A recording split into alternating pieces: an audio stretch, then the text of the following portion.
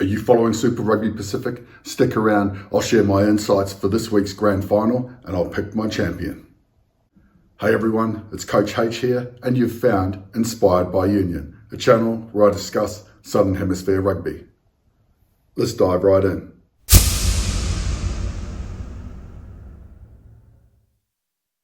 Greetings Rugby Universe. Grand final week of Super Rugby Pacific and two teams remain as these northern neighbours will go up against each other at a full house at Eden Park.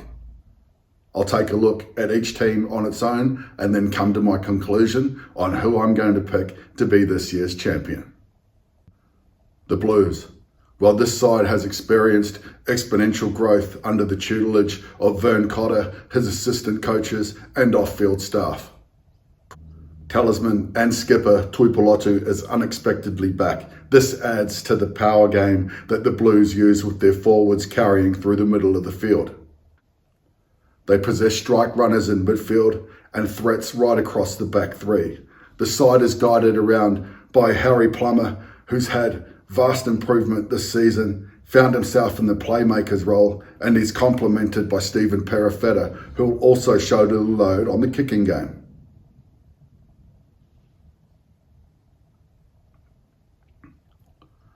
Strike runners in midfield, threats across the back three. The team is guided around by the much improved Harry Plummer, who found himself in the 10 jersey. Great form, he now owns it. He's complemented by Perifetta in the custodian's role, who also share the tactical kicking duties.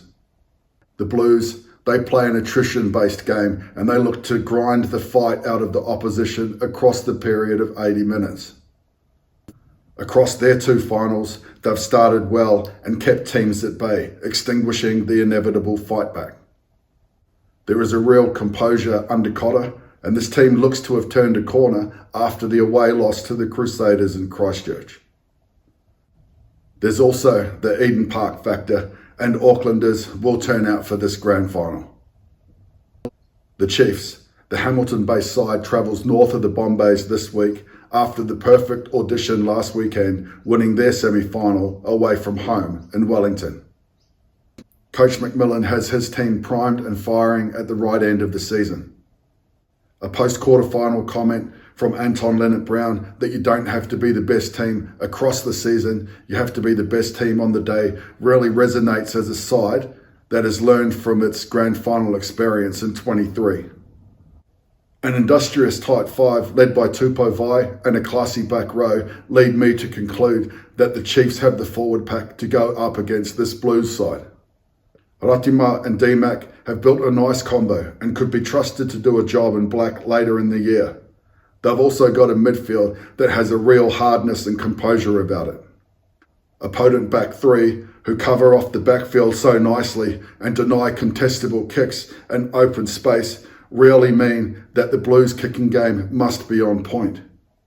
Chop tackles and harassing the breakdown have been a feature of the Chiefs season thus far. Expect more of the same on Saturday. Where is this won or lost? Let's look at some of the game's key areas and find out. Scrum. Tu'ungafasi, well, he's in career best form, and this world-class prop will be looking to apply pressure at scrum time and build a case for scrum penalties to paint a picture for the referee and other departments of the field. If there are plenty of errors and drop balls in this game, expect the Blues to attack here. I've got advantage Blues. Line out. Tyrone Thompson, he's going to be under the pump at line out time in his first start since 23. This is going to be a crucial area. Bradley Slater, he finished the game last week limping on one leg. These sides, while statistically they've been the best two lineouts in the comp, however, I'm going advantage Blues with the woes at the Chiefs at hooker. Carries. The Blues have dominated the comp in this area with their carry and clean methodology between the two 15-metre lines. I'm going advantage Blues. Ruck success. Both sides have 97% ruck success. For me, it's a draw. Defence. The Blues top this by 1%. However, the chop methodology and breakdown harassing by the Chiefs their ability to cover the backfield and deny contestables, it's advantage Chiefs for me. Line breaks. The Chiefs have had 20 plus more line breaks than the Blues across the season. The real threats are going to be around the tight exchanges where Nanai Saturo and Narawa can work out and fix on tired defenders. I'm going advantage Chiefs. Offloads. Both teams have an appetite to keep the ball alive and really stress Oppo defences. I'm going KBA advantage to the Blues. Counter-attack. Which side is most likely for success off turnover ball? With power winger Clark and the slippery eel Talia, the Blues are able to open up sides that are transitioning from attack to defence. The Chiefs, they're no slouches in this department either. However, I'm giving the Blues the edge, advantage Blues. Kicking game. D-Mac, he wears most of the responsibility for the tactical kicking for the Chiefs, although Stevenson does possess an absolute weapon and clearing kick from the back. For the Blues, it's going to be a mixture of Harry Plummer and Perifetta inserting himself into the line for their tactical kicking. With D-Mac able to vary his kicks, I'm going advantage to the Chiefs. Breaking down these indicators, I'm going against my preseason prediction that the Chiefs would be champions.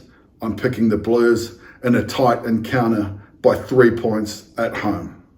If you're finding these insights helpful, consider pressing that subscribe button and hitting the bell for more insights every week. Good luck to both teams and their sets of supporters for this week.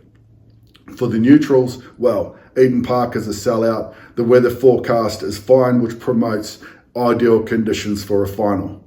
I'm Coach H, and you've been watching Inspired by Union.